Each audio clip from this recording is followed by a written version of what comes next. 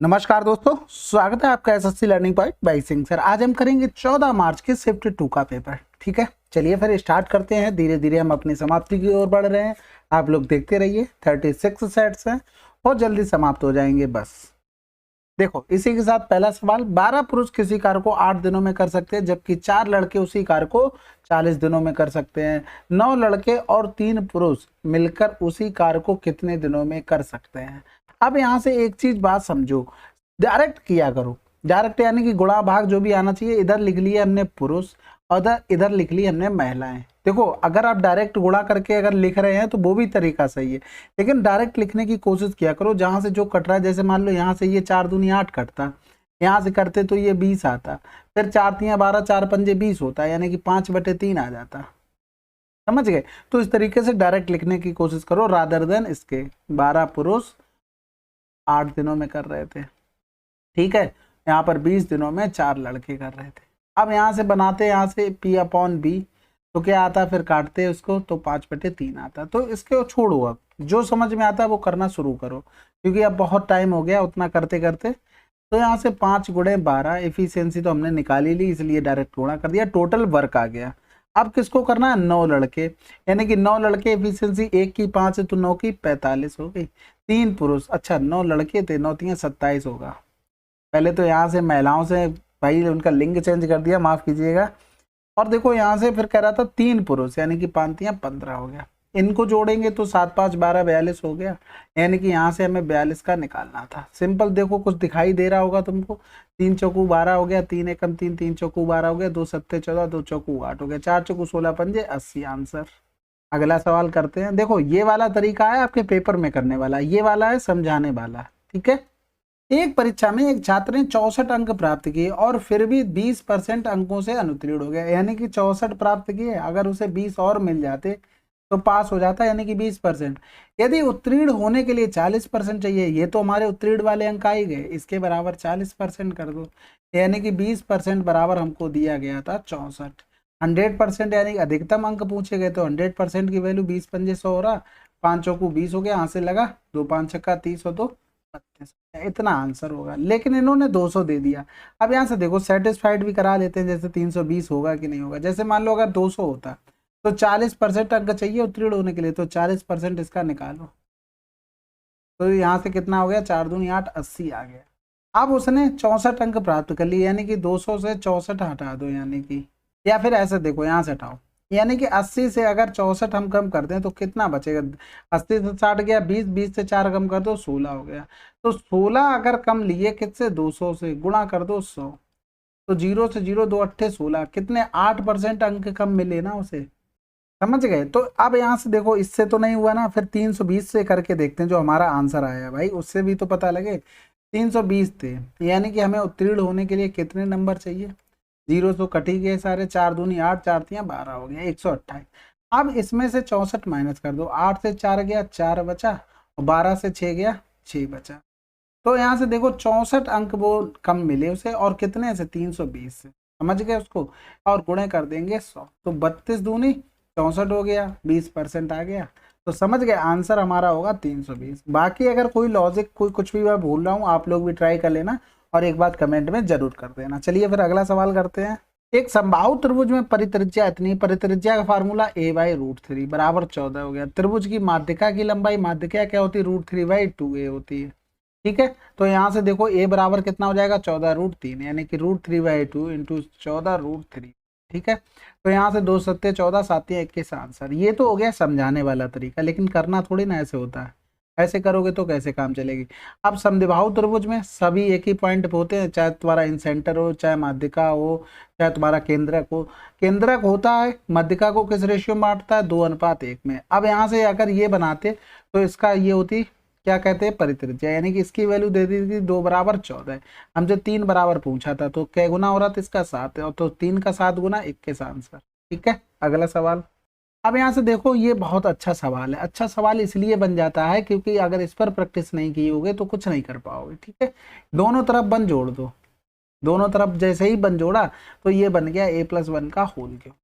क्योंकि ये रैंडमली याद नहीं आते हैं कि रैंडमली कैसे कर लो भैया। इधर हो गया 4 की पावर 3, तो यहाँ से देखो a+1 बराबर कितना हो गया 4 हो गया, a बराबर कितना हो गया 3 हो गया, 3 त्रिका 9, 3 दूनी 6 हो गया, 9×6 = 15 आंसर। ठीक है, अगला सवाल।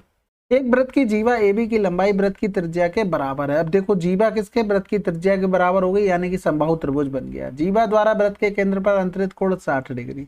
इसके अलावा कोई ऑप्शन बनता ही नहीं भैया। ये हो गया तुम्हारा, ये केंद्रक हो गया। ठीक है, ये बताओ ये तीनों भुजाएं बराबर होंगी तो समबाहु त्रिभुज, तो कोण 60 ही तो बनेगा। अगला सवाल। किस वर्ष में कंपनी को न्यूनतम लाभ हुआ? इनका यानी कि सबका डिफरेंस हमें देखना था, तो डिफरेंस देखते जाते हैं, यानी कि ये 7×6 = 13 हो रहा है, अगर 93 लिखा तो ठीक है, थोड़ा वो देखते जाना। इधर 2 हो रहा है और यहाँ पर कितना हो रहा है भैया 5, यहाँ पर 4, यहाँ पर 3 हो रहा है। तो देखो आंसर 2019 आ गया, बस बात खत्म हो गई भाई। न्यूनतम लाभ इसी में तो हो रहा, बाकी सब पे ज्यादा है। अब यहाँ से देखो cot थीटा बराबर इतना दिया, यानी cot थीटा 5/6 दिया, यानी कि 5/6 हो गया जब ये क्या है थीटा है। अब cos थीटा sin थीटा ये सब निकालना है, यानी कि cos थीटा। अच्छा ये सब लिखना भी नहीं था, देखो समझाने के पर्पज है तो सबको लिखना पड़ता है, कोई दोहराए नहीं है, कोई मना नहीं कर सकता भाई, वो तो लिखेंगे ही। तो यहाँ से अगर ये वाला तुम निकालते तो कितना आता, √36 प्लस का। ये सब निकालने के बाद अब तुम मान रखते cos थीटा का क्या होता है, आधार बटे कर्ड होता है। लेकिन इतना नहीं करना है, क्या करना है, cot थीटा बराबर जब दे दिया 5 तुमको 5/6, तो तुम यहाँ से लिख सकते हो cos theta upon sin theta बराबर 5/6, यानी कि cos थीटा की वैल्यू क्या है, ये है, sin थीटा की ये, बस इतना रखना था। यानी कि यहाँ पर 6×5 = 30 प्लस का 6 हो गया, यहाँ पर करेंगे 6×5 होगा ना, ठीक है, माइनस का 4×6 = 24। ठीक है, बस पावर देख लिया करो, साइन कॉस के ऊपर नीचे बराबर होनी चाहिए, तो इसके अलावा हमें कुछ नहीं चाहिए वहां से। तो ये तो 36 हो गया, यहाँ से डिफरेंस करेंगे 6 हो जाएगा, तो आंसर 6 आ गया। अगला सवाल। अब यहाँ से देखो सिंपल, कोसेक थीटा को अगर आगे लिख लो, कोसेक थीटा को अगर आगे लिख लो, और यहाँ से पहले तो माइनस हटा दो, माइनस हटाएंगे तो इसको ये लिख सकते थे -6 कोसेक लिखो, यानी कि इसको लिख सकते थे साइन थीटा -1/sin थीटा बराबर -6। पूछा गया है साइन थीटा +1/sin थीटा। कुछ याद आ रहा है आपको?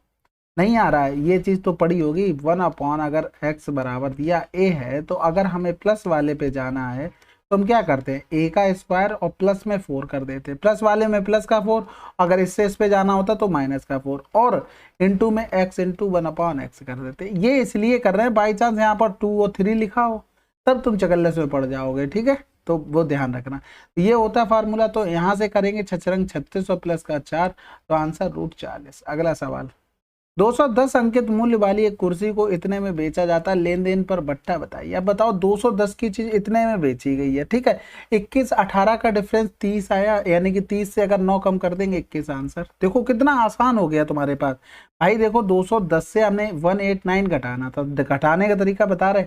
21 से 18 गया तो कितना बचा भाई, 21 से 18 गया तो कितना बचा, माइनस का 3 बचा, वो भी 3 बचा, वो भी 30 बचा, क्योंकि ये वाला हमने नंबर लिया नहीं।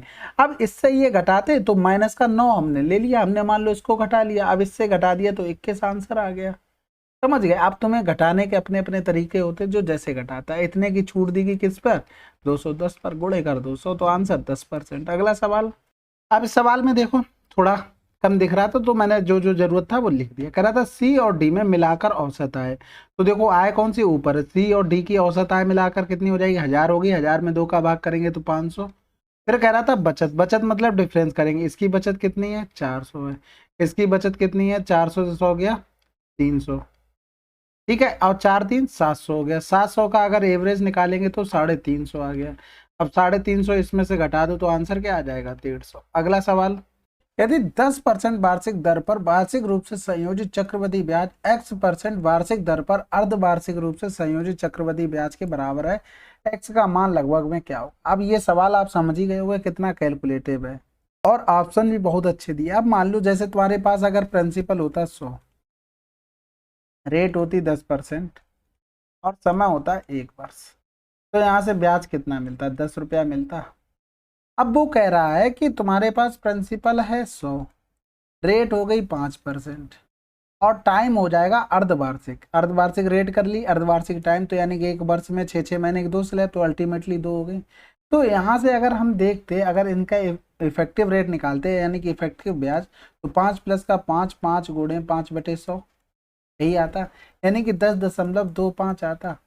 यानी कि हमारी जो आएगी, यानी कि हमें जो निकालनी है वो 10.25 पहले उसको पकड़ते हैं।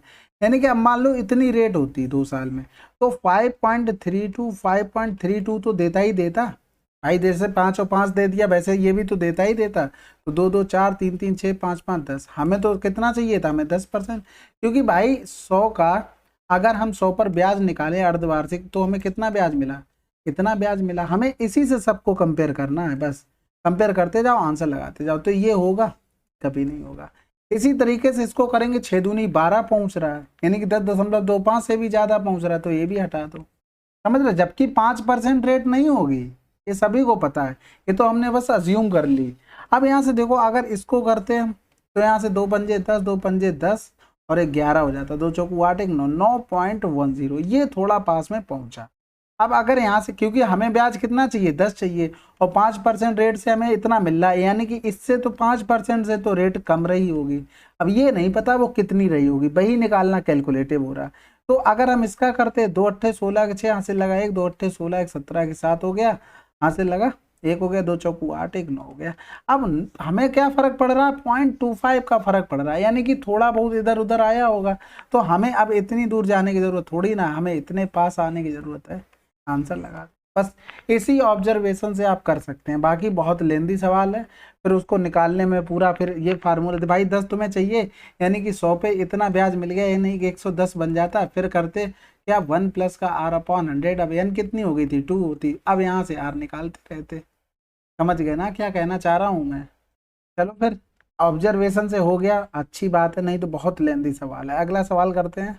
16 संख्याओं का औसत इतना है, बाद में पता चला कि 4 संख्याएं गलती से इसमें इन संख्याओं को शामिल कर लिया गया, इन संख्याओं को हटाने के बाद नया औसत क्या होगा। तो देखो यहाँ से इन लोगों ने भी कुछ लिया होगा, इसने भी कुछ लिया होगा, इसने भी कुछ लिया होगा, लेकिन इसने कुछ नहीं लिया, यानी कि हमारा एवरेज तो बढ़ेगा। इसमें तो कोई दोहराए वाली बात नहीं है, क्योंकि ये तीनों तो कम लेके आ रहे थे, तो एवरेज बढ़ेगा। यानी कि यहाँ से देखो, इनका डिफरेंस 35 और 18 का डिफरेंस, तो 35 से सीधा पहले 30 से 10 घटाओगे 20, और 20 से 3 और कम कर दो 17 हो गया। फिर करेंगे 35 और 17 का डिफरेंस, क्योंकि ये देखो इतना क्या करे, तो वो पास लेके गया है, यही एवरेज में बढ़ेगा, तो उसको हम निकाल ले रहे हैं। 35 और 17 का डिफरेंस, 30 से 10 गया, कितना बचा, 20 बचा। 20 से और 7 से 5 गया, तो 20 से 2 और कम कर दो, 18 हो गया। यहाँ पर कितना हो गया, 11 हो गया। यानी कि इन तीनों को जोड़ते हैं तो 8 1 9 9 7 16 6, हाथ से लगा 1 हो गया, 2 1 3 1 4 हो गया। यानी कि इतना हम लोगों के एवरेज में बढ़ेगा। तो इतने में से कितना, पहले तो 12 कर दो, यहाँ पर 4 लोग कम हो जाएंगे, क्योंकि 4 लोग अब हट रहे हैं। फिर यहाँ से करेंगे 12 3 36 हो गया। ठीक है, समझ गए बात को। तो यहाँ पर 3 दशमलव समथिंग आएगा, तो 35 3 38 आंसर। ठीक है, अगला सवाल देखो। यहाँ से कह रहा था, रितिका ने 30 रुपए प्रति केजी मूल्य पर x केजी गेहूं खरीदे, और x प्रति केजी के मूल्य पर उसने 8 केजी बेच दिए। शेष गेहूं उसने 45 रुपए प्रति केजी के मूल्य पर बेच दिए, उसका कुल लाभ प्रतिशत 10% है। तो रितिका ने 45 रुपए केजी के हिसाब से कितने बेचे। तो यहाँ से देखो 30 गुणे x, ये तो टोटल हो गया भाई, कितना में खरीदे वो टोटल मूल्य आ गया। इस पर उसे प्रॉफिट हो गया 10% का, यानी कि इतने में टोटल चीज उसकी बिकी। अब x रुपए प्रति केजी में उसने कितने, 8 केजी। अब यहाँ से देखो टोटल x खरीदे तो उसमें से 8 चले गए, तो बचे कितने हैं, x - 8 बचा है। ये वाला कितने के हिसाब से दे दिया, 45 के हिसाब से दे दिया। अब यहाँ से देखो 0 से 0 चले गए, सिंपल था, बस हाँ इक्वेशन बनानी थी, बाकी तो कुछ नहीं था। 8x प्लस का 45x माइनस का 8 × 45, ये हो गया 53। 53 इधर घटाएंगे तो 20, वो भी माइनस का 20x बराबर 8 × 45। ये तो प्लस हो जाएगा, यहाँ से करेंगे तो 5 चौकू 20, 5 ने 45 हो गया, यहाँ से 4 दूनी 8 हो गया, x बराबर कितना आ गया, 9 दूनी 18 आ गया। अब यहाँ से देखो उसने कितने बेचे थे, 18 माइनस का 8, आंसर आ जाएगा 10। अगला सवाल, वृत्त की त्रिज्या 10 सेंटीमीटर है, इस वृत्त की परिधि पर 20 सेंटीमीटर लंबी जीवा द्वारा बनाया गया कोण क्या होगा। देखो अगर इसमें थोड़ा सा दिमाग नहीं लगाओगे तो हो सकता है कि आपको जल्दी क्लिक ना करे। ये कितना हो गया, ये 20 सेंटीमीटर हो गया। रीजन इसके पीछे क्या है, क्योंकि 10 रेडियस थी, रेडियस का 2 गुना व्यास होता है।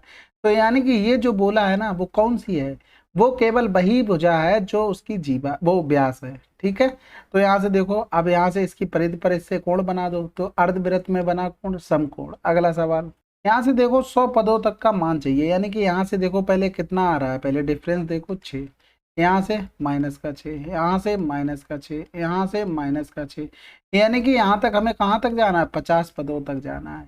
समझ गए, यानी 50 पद तक हमारे क्या क्या आए होंगे, 6 आए होंगे, यानी कि 50 गुणे 6 कर देंगे तो 5 छक्का 30, यानी कि 300 माइनस का आंसर। अगला सवाल, एक कार मरम्मत के बाद इतने किलोमीटर प्रति घंटा की चाल से गति करती है और मरम्मत करने से पहले इतनी चाल से गति करती है। यह मरम्मत के बाद 3 घंटे में x किलोमीटर, यानी कि मरम्मत के बाद, तो मरम्मत के बाद की स्पीड ये थी, यानी कि 108 गुणे 3 कर देंगे तो x किलोमीटर आ गया। कह रहा था मरम्मत करने से पहले 5x किलोमीटर की दूरी, यानी कि 5x, यानी कि इधर 5 कर दो, इधर 5 कर दो, कितनी, यानी कि बटे कर दो 72, बस 12 छंग 72 हो गया, 12 ने में 108 हो गया, 9 तियां 27 हो जाएगा, यानी कि 3 दूनी 6 काट लो, यानी कि 9 पन्ना 45 बटे 2 हो गया, तो 2 दूनी 4, 2 दूनी 4, 1 बटे 2 बचा है, घंटे को इसको चेंज कर लेंगे मिनट में, 2 तियां 60, यानी कि 22 घंटे 30 मिनट। अगला सवाल, 100 और 120 के बीच कितनी आवाज संख्याएं हैं, सिंपल सा काउंट करके लिखना पड़ेगा, इसके अलावा इसमें कोई ऑप्शन नहीं है। तो सबसे पहले आ जाएगा 101, ठीक है, फिर 103 आ जाएगा, फिर 107, 109, हाँ ठीक है, 113 आ जाएगा, और 113 के बाद 17, 117, 7, 2, 9, अब बस इतने ही आएंगे। ठीक है, एक आधा और देख लेते, जैसे देखा मैंने 117 मुझे लग रहा 7, 2, 9, 3 से डिवाइड हो रहा है, और हमें 119 लिख रहा, लेकिन वो तो पता था 17 सत्ते 119 होता, उससे फर्क नहीं पड़ना। ठीक है, अगला सवाल, अब यहाँ से देखो इसको सिंपल डिवाइड करके लिख दो, x square upon x minus का 1 अपॉन एक्स बराबर 8 हो गया। इसी तरीके से इसको करेंगे तो x power 3 1 upon x power 3, अब इसका मतलब हो गया एक्स माइनस 1 अपॉन एक्स बराबर 8। अब मान लो इसके बराबर ए दिया हो और ये निकालना हो, तो हम करते हैं ए की पावर 3 प्लस 3 ये हो गया, तो 8 का क्यूब 512 हो गया, और 8 तियां 24 हो जाएगा, यानी कि 4 2 6 हो गया, 2 1 3 हो गया, आंसर 536। अगला सवाल, जे के एल एम एक चक्रीय चतुर्भुज है, यानी कि जे के एल एम, जे के एल एम, जब जे के एम एल को आगे बढ़ाया जाता है, जब जे के, यानी कि जे के कहाँ गए भाई साहब, ये गए, और इसको आगे बढ़ाया जा रहा है, ठीक है, तो ये कहीं ना कहीं मिलते होंगे, हमारे में दिखाई नहीं देगा, ठीक है, लेकिन अब हम मिला दिए हैं, तो ये जेड पर मिल रहे हैं।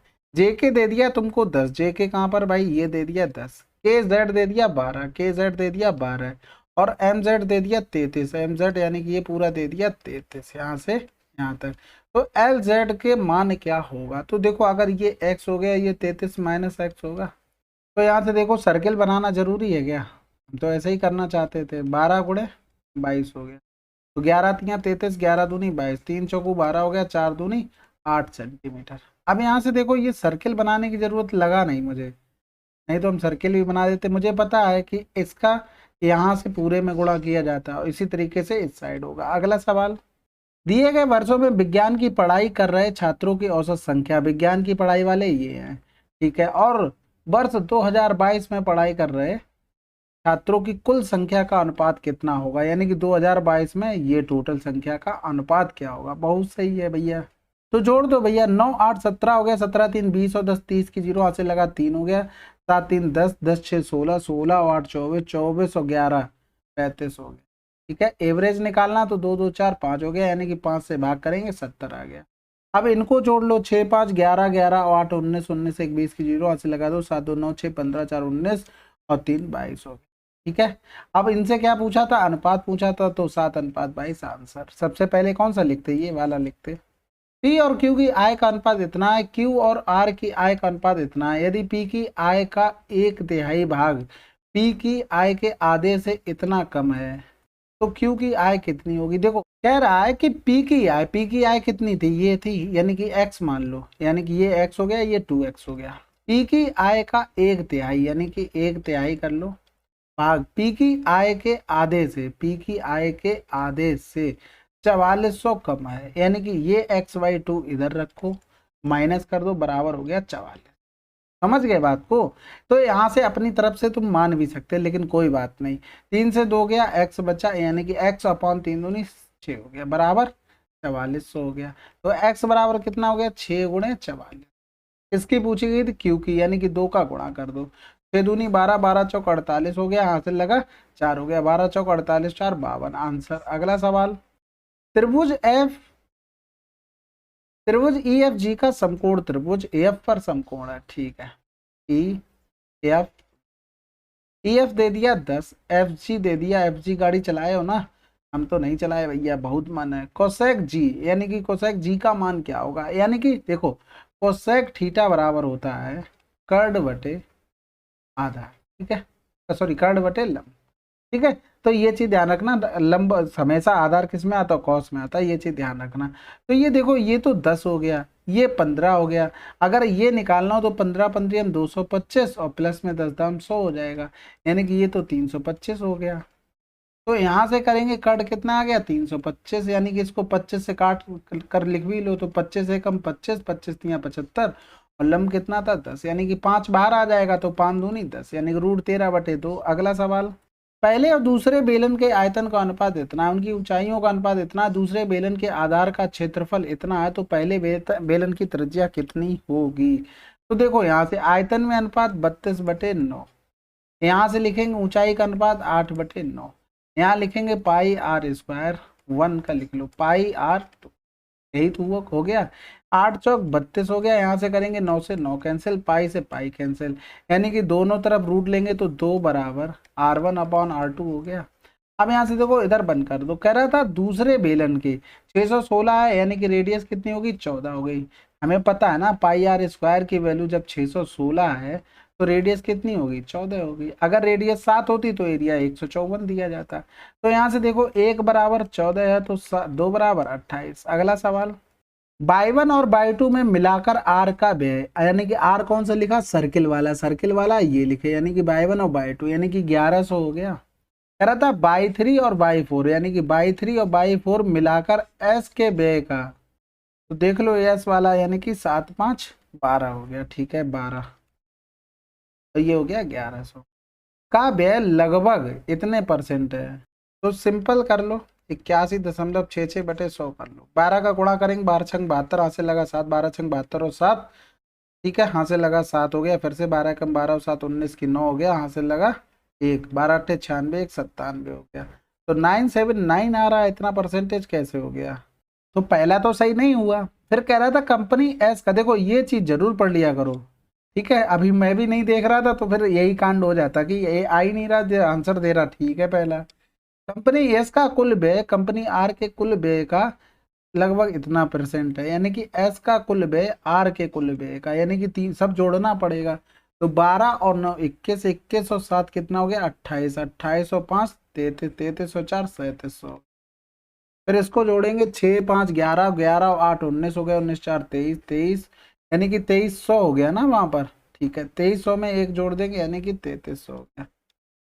अब कह रहा था एस का कुल व्यय कंपनी आर के कुल व्यय का इतना परसेंट है, तो देखो कंपनी आर का कितना परसेंट है 11212/100, ठीक है, 0 से 0 चला गया। अब यहाँ से देखो 37 का गुणा इसमें करना था, अब 37 का गुणा तो करना बहुत दिक्कत है, यानी कि 100 में अगर हम कर ले किसी का भी कर लो, जैसे 100% बढ़ा दो, 37 दूनी कितना हो गया भाई, इसका हमें जैसे मान लो अगर 20 का हमें 100% निकालना हो तो कितना आएगा 20 आएगा, यानी कि 37 का हमें इतना निकालना है तो 37 का 100% ही निकालते तो 37 आता, 33 होते तो ऑलरेडी कम आ रहा, तो थोड़ा बहुत अंडरस्टैंडिंग से हम कर सकते हैं, बाकी कैलकुलेशन करना थोड़ा सा टफ है बस। अब यहाँ से देखो इस टाइप के सवाल में हमेशा ध्यान रखना, जैसे ऊपर सारे प्लस लिखे हैं तो इनको सॉल्व करने के लिए, इतना छोटा करने के लिए 2 की पावर -1 और 2 की पावर 2 -1 का हम कर देंगे गुणा, यानी कि इसका इसके साथ पेयर बनेगा तो ये बन जाएगा 2 की पावर 4 -1, और फिर इसका बनेगा इसके साथ पेयर तो बन जाएगा 2 की पावर 8 -1, फिर इसका इसके साथ तो फिर बनेगा 2 की पावर 16 -1। अब यहाँ से देखो पावर 2 थी, फिर 4 हुई, 4 दूनी 8 हुई, 8 दूनी 16 हुई, जब यहाँ पर पहुंचेंगे तो इसका 2 गुना, यानी कि 256 -1, और ये नीचे 2 दूनी 4 में से 1 गया 3 आंसर, ठीक है। अगला सवाल करते हैं, चलिए फिर 14 मार्च की शिफ्ट 2 आपकी कंप्लीट हो गई है, थोड़ा अच्छे लेवल की थी, ठीक, इसका लेवल थोड़ा अप साइड से था, कोई बात नहीं, आपको समझ में आया होगा। चलो फिर मिलते हैं अगले वीडियो में, तब तक के लिए जय हिंद जय भारत।